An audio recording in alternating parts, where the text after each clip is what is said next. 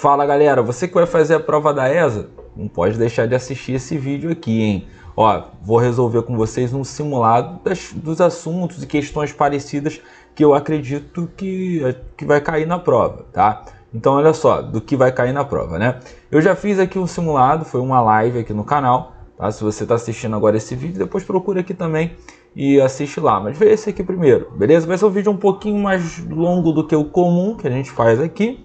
Mas é porque, né, nós vamos pegar 14 questões ali de prova, beleza? Para de ficar acelerando o vídeo, tá? Eu não sei que eu falo um pouco devagar, mas é mais pela didática, para você entender melhor, tá? Mas tenta ir passo a passo ali, vendo se você está entendendo. E guarda bem esses assuntos, que são assuntos que eu acredito que vão aparecer na prova, tá bom? Bom, galera, vamos lá. Primeira questão aqui. Primeira questão fala de módulo de um número complexo. Lembrando que no número complexo, a gente tem a parte real e a gente tem também a parte imaginária, tá? O módulo do complexo, que é essa fórmula aqui, é a raiz quadrada de a ao quadrado mais b ao quadrado. Então, como ele colocou assim para mim, ó, o Z1 é 2 menos 5i. Ele quer saber qual é o módulo desse número complexo. O módulo desse Z1 aí pra gente, ó, vai ser a raiz quadrada de a ao quadrado mais b ao quadrado, ou seja, 2 ao quadrado somando com menos 5 ao quadrado. Espera aí, 2 ao quadrado a gente conhece ele, é 4. Menos 5 ao quadrado é 25. 4 mais 25 é o quê? Raiz de 29. Eu não sei quanto é, mas vou deixar ali. Vamos ver quem vai ser o módulo de Z2. Z2 é o segundo número complexo. Esse aqui, ó, 3 mais 4i. Então, módulo de Z2 é igual a raiz quadrada de 3 ao quadrado somado com 4 ao quadrado. 3 ao quadrado, gente, é 9. Ah, ó, 4 ao quadrado é 16. 9 mais 16 é o quê? A raiz de 25. A raiz que a gente está cansado de saber que é 5, né? Mas na hora de marcar, ele pediu para você comparar isso, né, gente? Quem que é maior? A raiz de 29 ou a raiz de 25? A raiz de 29, gente. Então, olha só. A raiz, o primeiro resultado, que é a raiz de 29, é maior que a raiz de 25. A raiz de 29 não é exato, né? Mas é 5 e uns quebrados aí, né? Mas maior que 5, tá? Agora, a raiz de 25 é 5. A raiz, então, do primeiro é maior, né? Então, o módulo do primeiro é maior. Ele mandou você chamar de P1, né? Assim, ó. P1 é o módulo desse complexo, tá? E aí, olha só. E P2 era o módulo desse outro complexo. Lembrando que o módulo ele pode ser representado com essa letrazinha, que é tipo um P, né? Letra grega. Ou o módulo assim mesmo, né? Com as barrinhas do lado. Enfim, o que é importante aqui é que P1 é maior que P2, tá? Ou, ó, P1 é menor que P2? Falso. P2 é menor do que P1? Verdadeiro, né, gente? P2, que é a raiz de 25, é menor que a raiz de 29. Ok? Bom, próxima questão. Um número inteiro positivo que satisfaz inequação. Olha só, não quero você resolvendo inequação do segundo grau igual a equação. No final, você tem que jogar o estudo do sinal. Toda inequação, gente, eu preciso encontrar as raízes. O que são as raízes? É você igualar a zero, né? Aí sim resolver a equação do segundo grau. Ou seja, eu pegar n ao quadrado menos 17n mais 16 igualar a zero. Mas depois que eu igualo a zero, eu preciso estudar o sinal da inequação, que é onde vai estar a minha solução, tá? Então, olha só, esse sinal aí vai ser assim, ó, concavidade voltada para cima. Por quê? Ó, relembrando aí com vocês, para quem não sabe, esse aqui é o A da equação, o B é menos 17, o C é 16. Toda vez que o A é positivo, essa inequação que é do segundo grau, ela tem um gráfico de parábola para cima, tá? Se tu quiser, assiste aí depois as aulas de inequações de segundo grau, de função de segundo grau, mas aqui o objetivo da aula não é explicar a matéria toda, a gente vai explicar aqui uns bizus ali, né? E assim, já resolução das questões, tá? Então, sempre relembrando ali um pouquinho da teoria, mas o foco é na questão que eu acho que vai cair dentro daquele assunto que eu acho que pode ser cobrado, tá? Então, tá muito dentro disso. E do que a ESA costuma cobrar, tá? Olha só, gente, o sinal aqui é positivo e aqui é positivo, já é de padrão ali, né? E entre as raízes é negativo. Quais são as raízes? Ó, tem duas formas de encontrar. A forma do cara que não assiste meus vídeos, que é fazer o Bhaskara, né? Delta igual a b ao quadrado e tal. Mas eu vou fazer com vocês da soma e produto.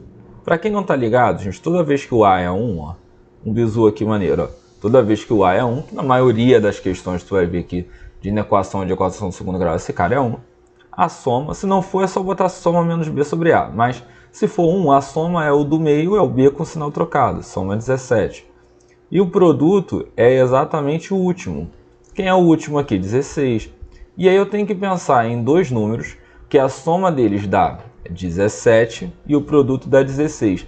Vê se você concorda comigo que os números são 1 e 16. Ó. E aí economiza maior tempo, né, cara? Tu tá fazendo concurso, precisa ganhar tempo. Ó, então você tem as raízes 1 e 16, são as raízes ali. Por baixo, cara, tu vai achar o mesmo resultado. Como ele quer um intervalo maior que zero, ó, maior que zero, a gente vai olhar para o mais no final da inequação. Se for menor que zero, eu vou olhar para onde a inequação tem sinal negativo. Como ele quer o maior que zero, ele quer onde o intervalo está positivo, depois do 16. Então, qual é a solução dessa questão? Ó? Solução, o n tem que ser maior que 16, ou então o n tem que estar antes do 1, ou seja, ser menor do que 1. Aí tem gente que vai falar para mim, pô Patrick, De Chaves, antes do 1 não são números negativos? Gente, esse sinal da inequação, ele diz sobre quando a inequação é positiva, e não o valor do n, do x, entendeu? É quando a inequação é positiva, depois do 16 e antes do 1. E aí a pergunta é, um número n inteiro e positivo que satisfaz essa inequação. Gente, eu tenho que olhar na alternativa qual número satisfaz isso. O 2 satisfaz? Não satisfaz, por quê? O 2 não é menor que 1, nem é maior que 16. O 7 não satisfaz também. O 12 também não é menor que 1, nem maior que 16. O 16 não é maior que 16, nem menor que 1. O único número que satisfaz a inequação é o 17. Por quê? Quais são os números maiores que 16? Tu vai pensar no 17, no 18, no 19, por aí vai. Então qualquer número desse satisfaz a inequação. Quais são os números menores que 1? 0, menos 1. Só que ele falou o quê? N é inteiro e positivo. Então nem posso pegar o menos 1, menos 2, né? E o 0 também não, porque o 0 ele não é positivo. Ele não é positivo nem negativo. Ele é neutro em relação ao sinal. Beleza, gente? Então, um número que satisfaz é o 17. Bom, próxima questão. Propriedade do determinante. Isso aí também vai cair, hein? Para quem já viu isso, para quem não viu, gente, tem uma pegadinha aqui que é o seguinte, o cara fala que o determinante de uma matriz é 7. Dá a ordem da matriz, que é o que a gente vai chamar numa formulazinha ali de n, tá?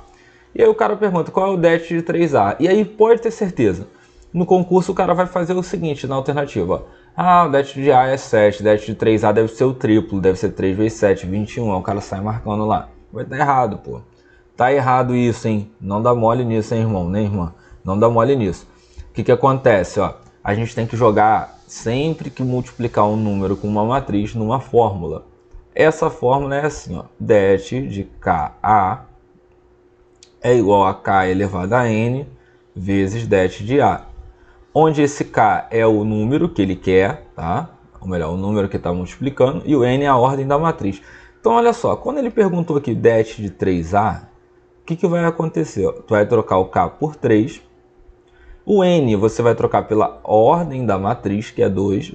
Então, det de 3A segue essa fórmula. K elevado a N, 3 elevado a 2, vezes o determinante de A.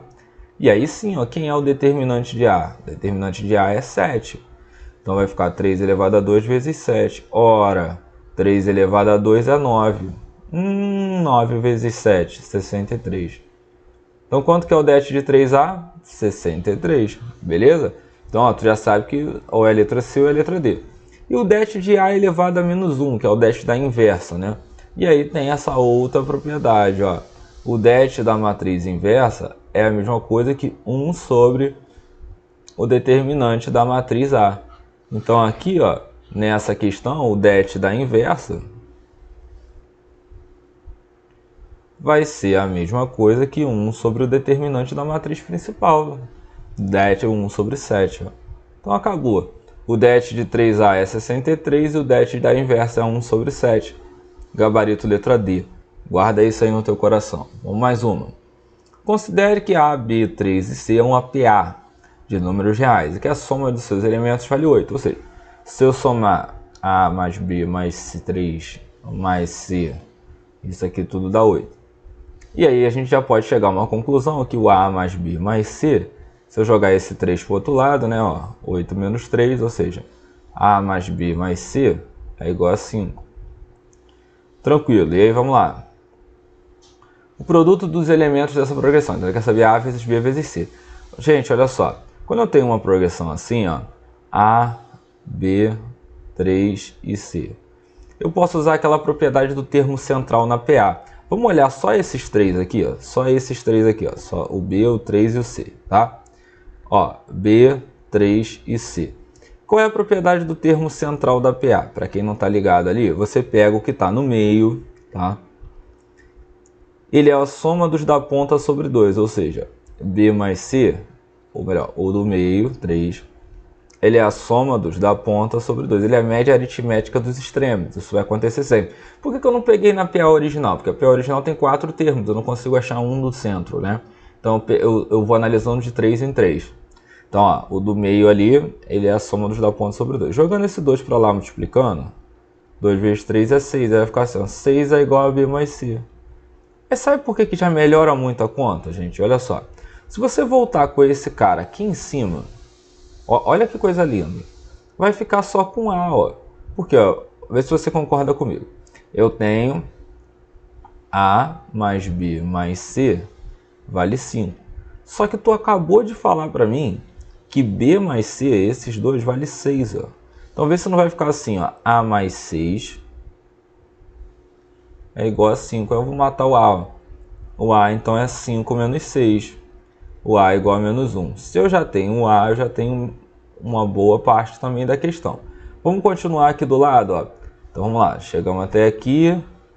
O que eu tenho? Ó, o A é menos 1. Então a sequência vai ser agora assim, ó. Menos 1, B, 3 e C.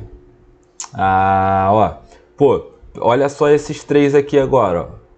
Olha só esses três, só esses três.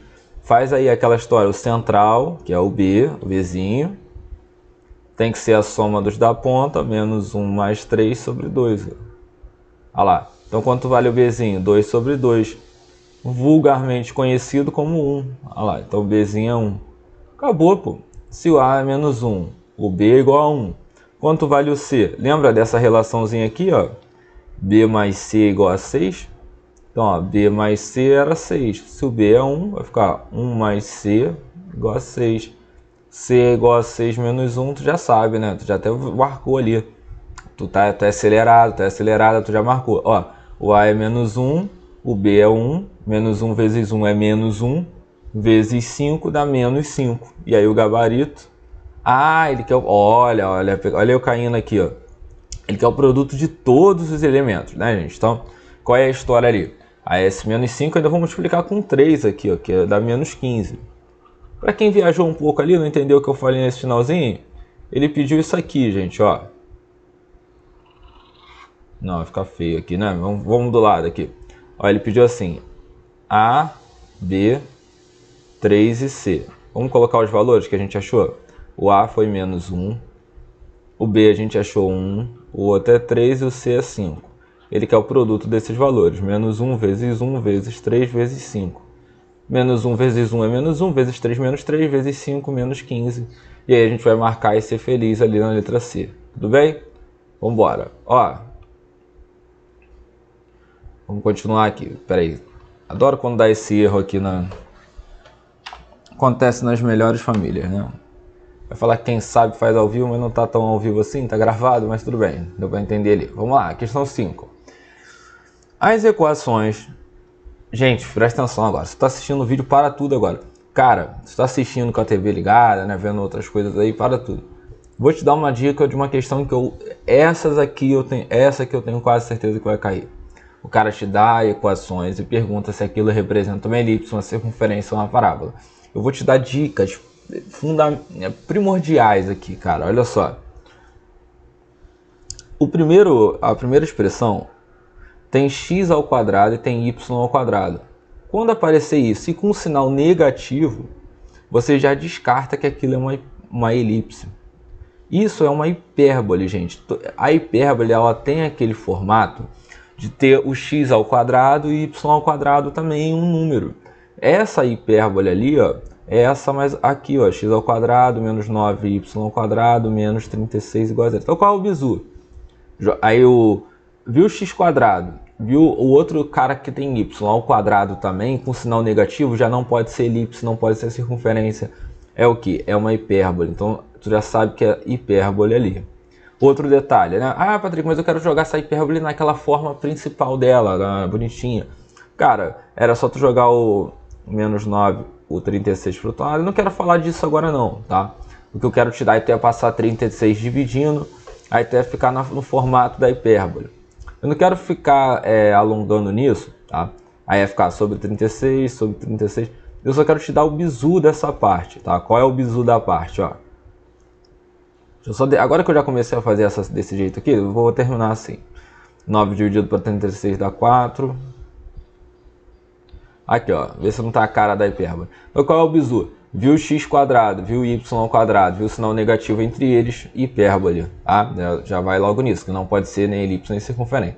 Já a segunda equação, gente, tá a cara da circunferência. Qual é a cara da circunferência? É aquela assim, ó. X quadrado mais y quadrado mais ax mais by mais c. Olha lá. A equação da circunferência é dada assim, a equação geral. Vê se não está desse jeito lá em cima, gente. Aqui, ó. Essa aqui.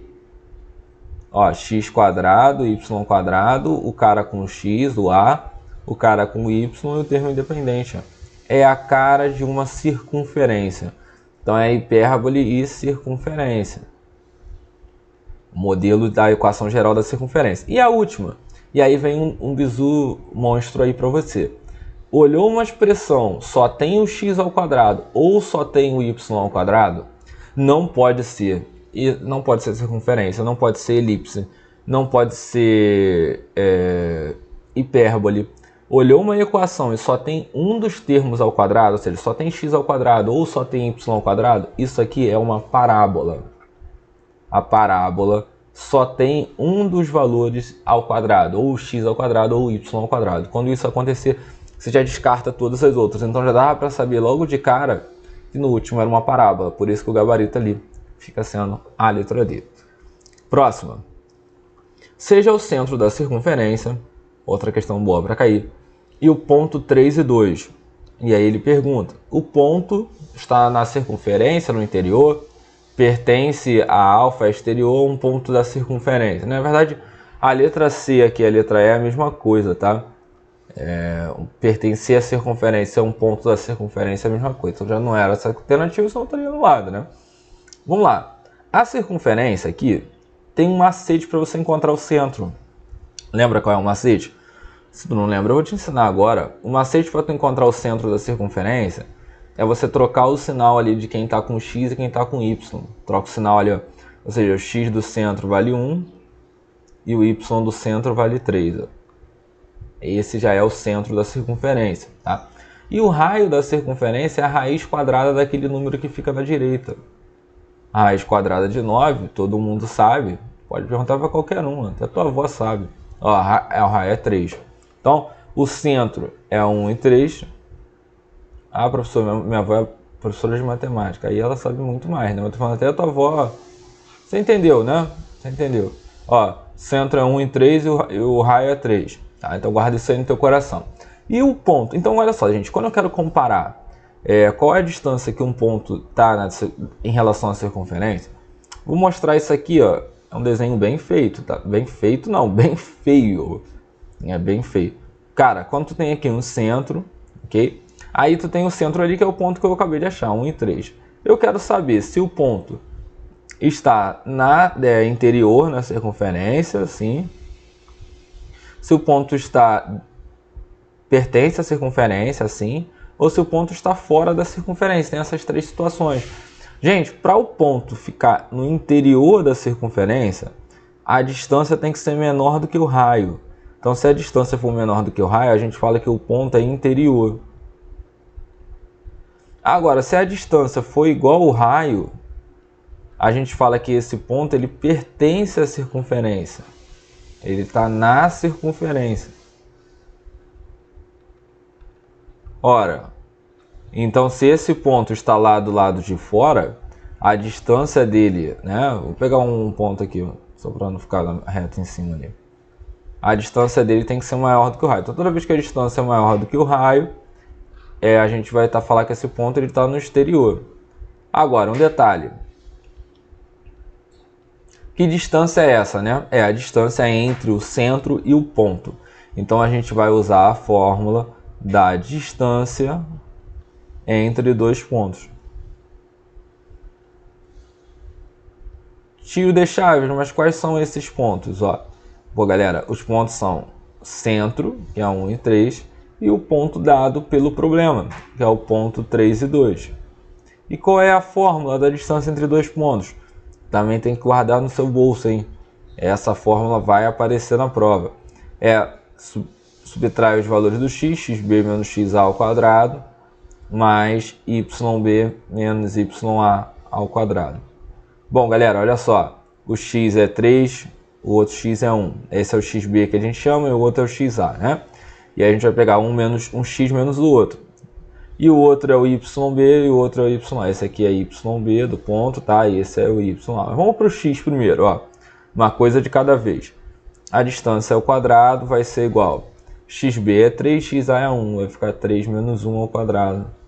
Mais yb menos ya. O yb é 2, o ya é 3, ó. Isso aqui ao quadrado também. Então vai ficar a distância ao quadrado é igual a 2 ao quadrado mais menos 1 ao quadrado. E distância ao quadrado é igual a 4 mais 1. Distância ao quadrado é igual a 5.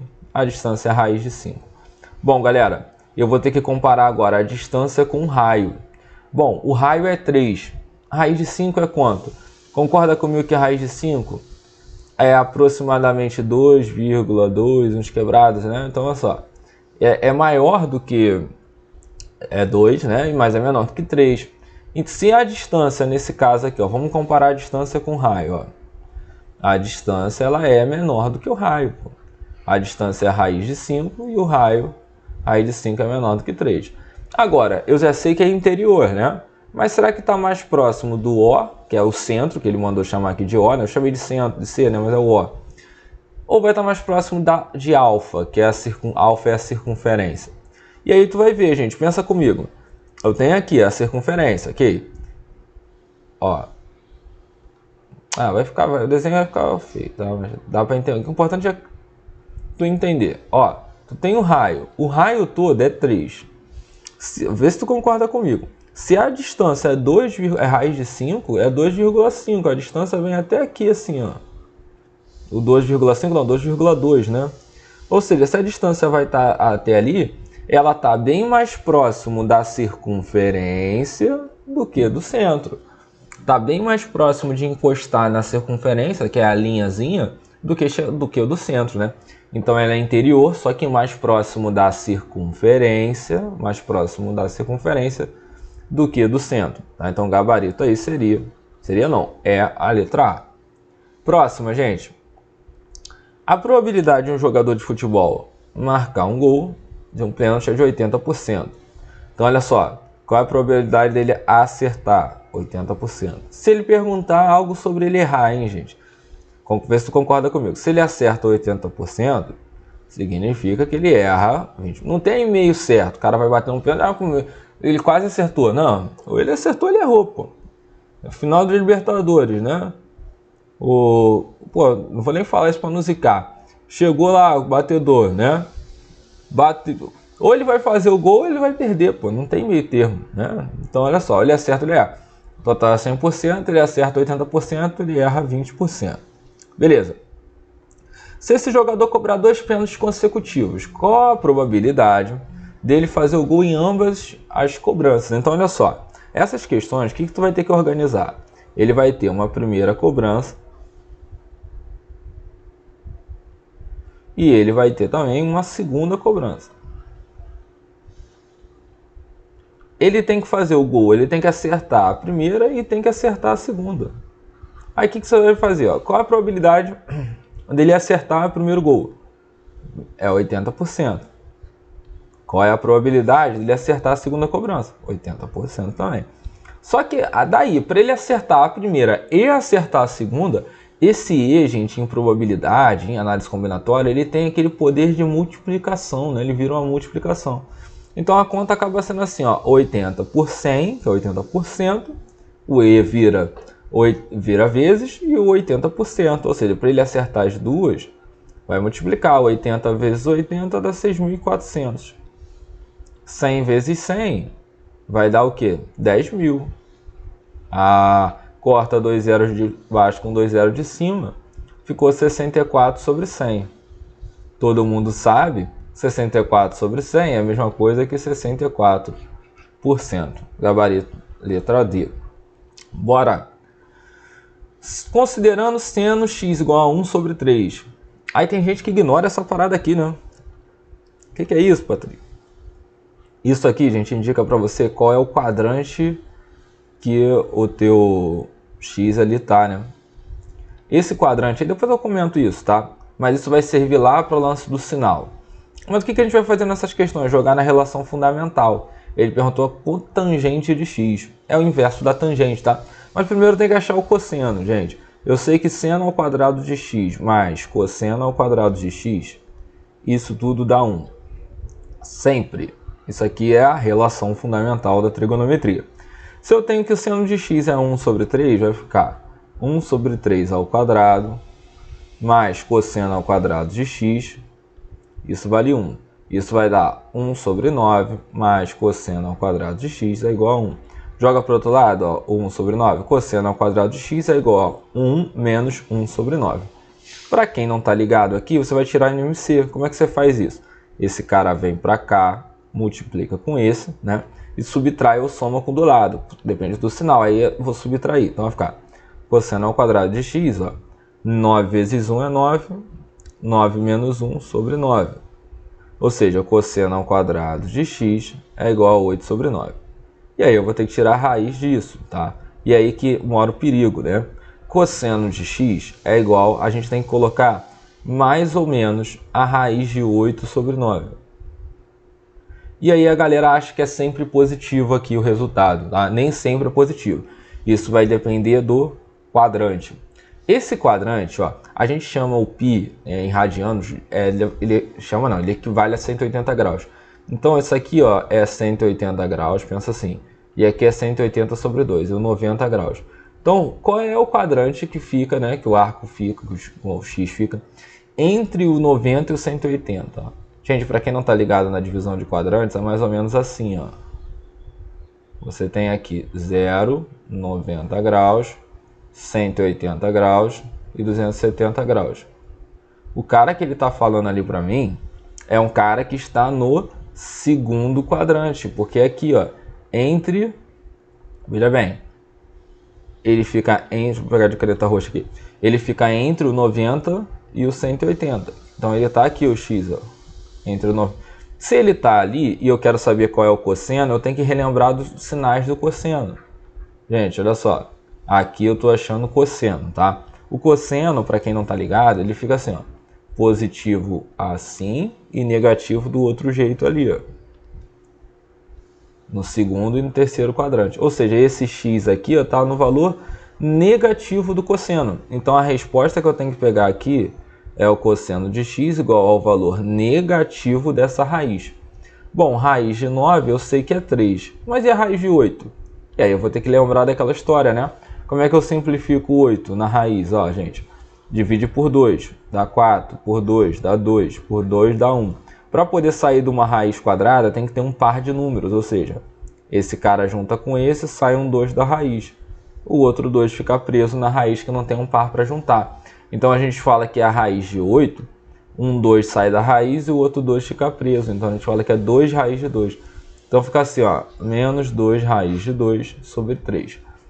Agora a pergunta do cara, para finalizar aí, é o seguinte: qual o valor da cotangente de x? Cotangente, gente, é o inverso da tangente. A tangente é seno sobre cosseno. A cotangente vai ser cosseno sobre seno. Tá? Lembrando, tangente é seno sobre cosseno, cotangente é cosseno sobre seno. Vamos colocar os valores aqui, ó. Cosseno é quem? Menos 2 raiz de 2 sobre 3. E quem é o seno? E o seno é 1 sobre 3. E aí o que tu faz? Repete o primeiro cara, menos 2 raiz de 2 sobre 3, e multiplica pelo inverso do segundo. Primeira fração multiplicada pelo inverso da segunda. Ó, ficou menos 2 raiz de 2 sobre 1. Menos 2 raiz de 2 sobre 1 é a mesma coisa que menos 2 raiz de 2. E aí o gabarito, letra D. Toma cuidado aí com esse sinal principalmente, tá, gente?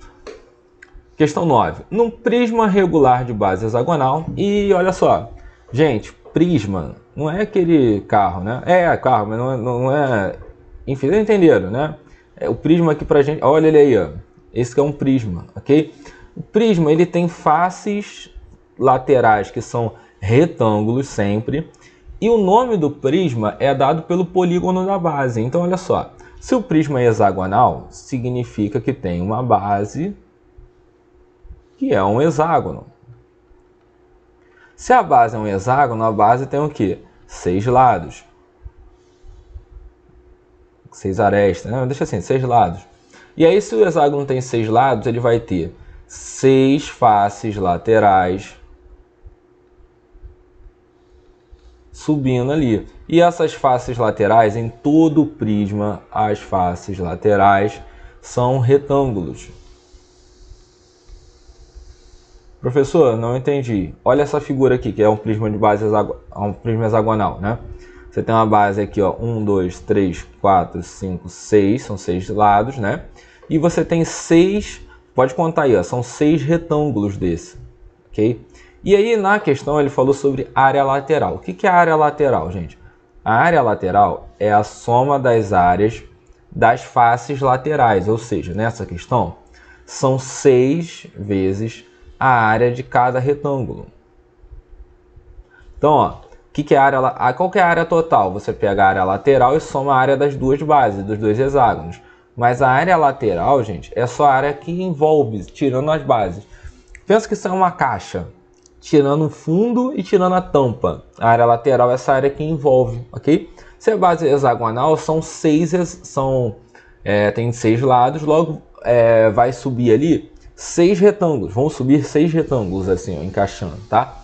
E aí cada retângulo vai ter a sua respectiva aresta aqui, né? Um azinho, a base e tal. Chama esse cara de X.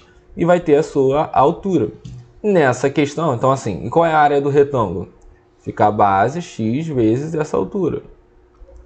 Só que nessa questão ele falou que a altura vale 3, ó. Então se ele falou que a altura vale 3, gente, eu vou já trocar essa altura aqui por 3, ó. Então vai ficar assim, ó. X vezes 3. Então, como é que vai ser a área lateral? A área lateral vai ser a mesma coisa que 6 vezes x vezes 3. Só que ele falou num problema, que é aqui, a base vezes a altura, né? A área do retângulo. Ele falou que a área lateral é 36. Ah, então, pô, irmão, não dá mole, né? Tu vai botar 6x vezes 3, que é o vulgo 18x, tem que ser igual a 36 metros quadrados. Foi o que ele deu ali de área, tá? Não sou o que tô falando, não, ó. O problema é que falou para você.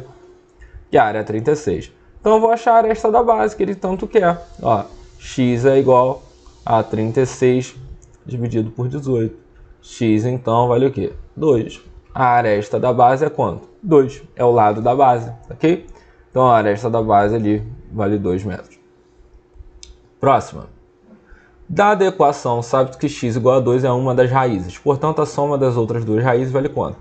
Gente, tem duas formas de fazer. Uma por relação de Girard e a outra fazendo o Breuer-Ruffini. Eu vou usar o Breuer-Ruffini, porque o Breuer-Ruffini ele vai clarear para vocês qualquer questão assim de equação de terceiro grau, né, de grau inferior, superior a 2, e eu acho que isso vai cair na prova, tá? Então é importante que você entenda o Breuer-Ruffini mais do que o Girard para fazer essa questão, tá? Enfim, o que eu faço o Breuer-Ruffini? Tu pega os coeficientes 1, menos 4, 1 e 6. Cara, Breuer-Ruffini é um dos assuntos. Dentro disso aqui do simulado, a gente comenta, né? Olha, isso aí vai cair, isso aí vai cair. É óbvio que isso não é aleatório, né, gente? A gente vai observando o concurso, vai entendendo, tentando entender algum padrão, o que o concurso gosta mais de cobrar, e também aquelas situações pessoais, assim, né? De tu tá com aquele sentimento, coisa que não explica, né? E a situação de Breuer-Ruffini, de polinômio, cara, é uma situação que eu acho que tu precisa ir para a prova sabendo. Então, caso tenha dificuldade nisso, nunca tenha visto isso, Eu tenho um vídeo aqui no canal falando sobre, procura aí nos assuntos lá na playlist, tem polinômios, aí tem Breuer-Ruffini, tá? Vai lá que vai ser um sucesso para tu. Ó, gente, vamos botar os coeficientes aqui, ó. Já fiz o meu merchan. 1, menos 4, 1 e 6. Aqui eu coloco a raiz que o cara tá dando. Esse cara aqui, ó, x igual a 2. Eu coloco esse 2 aqui. A partir desse momento, o que acontece na nossa brincadeira? O primeiro malandro aqui, ele desce. A partir desse primeiro que desce, olha como é que fica a nossa brincadeirazinha, gente. Esse cara vem com a raiz e multiplica. Ó. E depois ele vai com o próximo coeficiente e soma. E vai ficar assim até o final. 1 vezes 2 é 2. 2 somando com menos 4. 2 somando com menos 4. Menos 2.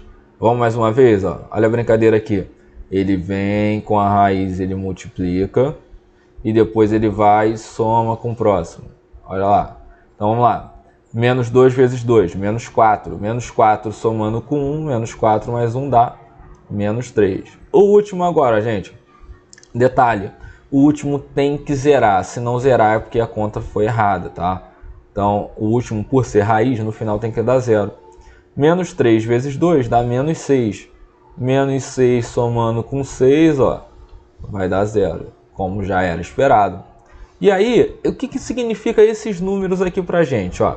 Esse 1 que deu aqui, esse menos 2 que deu aqui, tá? O que significa esses caras? Esses caras são os novos coeficientes da equação, esses aqui, ó. O 0 não, o 0 é só para confirmar ali, tá? Então, olha só, a equação era x ao cubo, era grau 3. Quando você faz o Breuer-Ruffini, você reduz um grau da equação. Então, agora ela vai ser grau 2, ó. Então, vai ser, ó, olha bem para esses números, hein? 1x² menos 2x mais menos 3. Ó. E aí, isso aí é igual a 0. Então, vira uma equação do terceiro grau, reduz para do segundo grau. Esse é o objetivo do Breuer-Ruffini. E aí ele perguntou qual é a soma dessas raízes, das outras duas raízes. Ó, não dá uma... Pô, não dá pelo amor de Deus, tem gente que sabe fazer as questões, chega na prova, tem uma pressa absurda, o que faz? Esquece de ler. Cara, ele não quer a soma de todas as raízes, ele quer a soma só dessas outras duas. Uma raiz ele já deu, 2. E qual é a soma das outras duas? Pode fazer Bhaskara ou pode lembrar que a soma das raízes é menos b sobre a. O b é menos 2, ó, vai ficar menos 2 sobre 1. E aí a soma é 2 sobre 1. A soma das raízes dá 2. Gabarito letra D. Vambora. Para nunca. Considere duas funções reais, tal que f de x é igual a 2x menos 1. E a função fog(x) é 2x mais 1. Qual é a função g de x? Gente, olha só. F de x é essa, né? Pensa comigo, para tu não errar a questão assim de composta. Ele quer a f da g de x. O que vai acontecer? Onde tem x na função, vai entrar a g de x. Então, olha só. Ele não quer mais f de x, ele quer fog(x). Fog(x) é a mesma coisa aqui. Ó, f da g de x. Então, ó, na função composta, eu quero fazer isso. Ó. Ao invés de f de x, eu quero fazer f da g de x. Então, no lugar do x, eu troco por g de x. Olha como é que vai ficar. Ó. Vai ficar fog(x). Essa função vai ser igual. Vem no beabá aqui para você não errar esse tipo de questão, tá? Vai ficar assim, ó. F da g de x. G de x eu não tenho, né? Vai ficar desse jeito. Eu já posso... Melhor. Vamos facilitar a questão. Quando a gente tem a g de x, a gente até troca ela aqui, ó. Só que eu não tenho, gente. Eu não tenho g de x. Se eu não tenho, o que eu vou ter que fazer? Eu vou ter que igualar o que ele deu. O que ele deu como função composta? Ele deu que a f da g de x é 2x mais 1. Então, eu vou pegar isso e vou igualar a 2x mais 1. Bom, fazendo isso, olha o que eu vou fazer agora. Jogo menos 1 para o outro lado. Esse menos 1 vem para cá, vai somando, né? Então, vai ficar assim, ó. 2 vezes a g de x é igual a 2x mais 1. E aquele menos 1 vai para lá, ó. 2x mais 1 aqui. Aquele menos 1 vai para lá, mais 1. Vai ficar 2 vezes a g de x é igual a 2x mais 2. Passa esse 2 dividindo. Ó. G de x é igual a 2x mais 2 sobre 2. E aí o que você vai fazer? Divide os dois por 2, ó. Aqui, ó. Os dois não são divisíveis por 2? Divide por 2 em cima, divide por 2 embaixo. Então, a gente vai chegar à conclusão que AG de x era igual a x mais 1. E aí, fim de papo, tá? X mais 1 sobre 1. E aí, o gabarito, letra A. Vambora, que eu sei que já tá já cansado, mas tá acabando, prometo. A reta y igual a mx menos 5 é paralela à reta que ele deu ali. E aí a pergunta é, qual é o valor de m? Bom, gente, para ser paralela, o mr tem que ser igual ao ms, é a condição para as retas serem paralelas. mr é esse que multiplica o x, nessa questão ele já é bem evidente, o mr é o próprio m nessa questão. Na primeira parte, né? Já na segunda parte aqui, eu vou passar o 2 dividindo, eu preciso, porque o y precisa estar isolado. Nessa primeira reta, o y já estava isolado. Nessa outra aqui, ó, y vai ser igual a menos 3x sobre 2. Ó, o 2 passa dividindo aqui. A parte com x, esse 2 ele vai para lá dividindo a parte com x e a parte com número. E aí, quem é o coeficiente angular desse cara? É quem multiplica o x, aí esse aqui é o menos 3 sobre 2. Quem é o coeficiente angular desse? É o m. Como o mr tem que ser igual a ms, não tem nem discussão. mr ali é m. Quem que é o ms, o coeficiente angular da outra reta? É menos 3 sobre 2.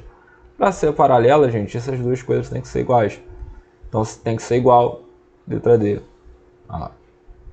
Bora. Só lembrar que esse 2 está multiplicando, ele passa dividindo os dois, tá? Questão 13. Coeficiente de x no desenvolvimento do binômio. Primeira coisa desse binômio, eu não gosto de trabalhar com fração, eu vou deixar ele desse jeito aqui, ó. X, ao invés de escrever 1 sobre x, eu vou colocar x elevado a menos 1, tá? Isso aqui é elevado a 7. Quando a gente tem um binômio, gente, eu tenho a relação assim, ó. A gente tem o a mais b elevado a n, e tem uma fórmula que é muito importante, que é a fórmula do termo, tá? Qual é a fórmula do termo? T, p mais 1, é igual, ó, ao binômio de n com p, vezes a elevado a n menos p, vezes b elevado a p. Destacando quem é quem ali na expressão. O a é x, o b é x elevado a menos 1, e o n aqui pra gente é o 7. Então olha o que vai acontecer, ó. Jogando na fórmula do termo, vai ficar termo, p mais 1. É o binômio de n com p, ou seja, de 7 com p, vezes a elevado ao n menos p, ou seja, 7 menos p, vezes o b, que é o x elevado, melhor, o a é x, né, gente, ó. X elevado a 7 menos p, e o b é x elevado a menos 1, tá? O b elevado, ó, b elevado a p, que eu não sei qual é o p. O que eu posso fazer? Olha só, esse menos 1 com p aqui multiplica, né, vai dar menos p. E aí vai ficar assim, ó, o termo, binômio de 7 com p. Aqui, ó, repete a base e junta os expoentes. Aqui vai dar menos, tipo isso aqui, tá? Fica 7 menos p, que aqui esse menos 1, quando multiplica o p, vai ficar menos p, tá? Então vai ficar 7 menos p, ou seja, vai dar 7 menos 2p. Então, gente, vai ficar assim, ó, x elevado a 7 menos 2p. Ora. O que o cara quer? O coeficiente de x elevado a quanto? Ele quer o coeficiente de x elevado a 1. Tu pega lá o coeficiente do cara que ele quer e iguala aquele ali, ó. Então tu vai lá no rascunho, x elevado a 1 tem que ser a mesma coisa que x elevado a 7 menos 2p. Eu vou achar o valor do p, que é fundamental para essa questão. 1 é igual a 7 menos 2p. Joga o p para um lado, vai ficar 2p é igual a 7 menos 1. Então 2p é o vulgo 6. Se 2p é 6, o p vale 3. Passa 2 dividindo. Então como é que vai ficar a conta ali, gente? Ó, eu quero o binômio de 7 com 3. É o que multiplica x elevado a 7 menos 2 vezes o p.